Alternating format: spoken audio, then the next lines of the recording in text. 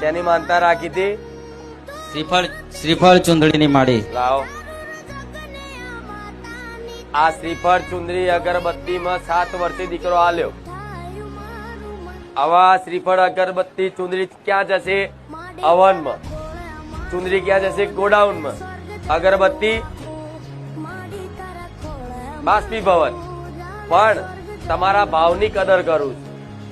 મને કોઈ આની કિંમત નથી, પણ હું કશું જ માગતી નથી. નથી પારણા માગતી, નથી ચાંદીનું પારણું, લાકડાનું કે નથી સોનાનું.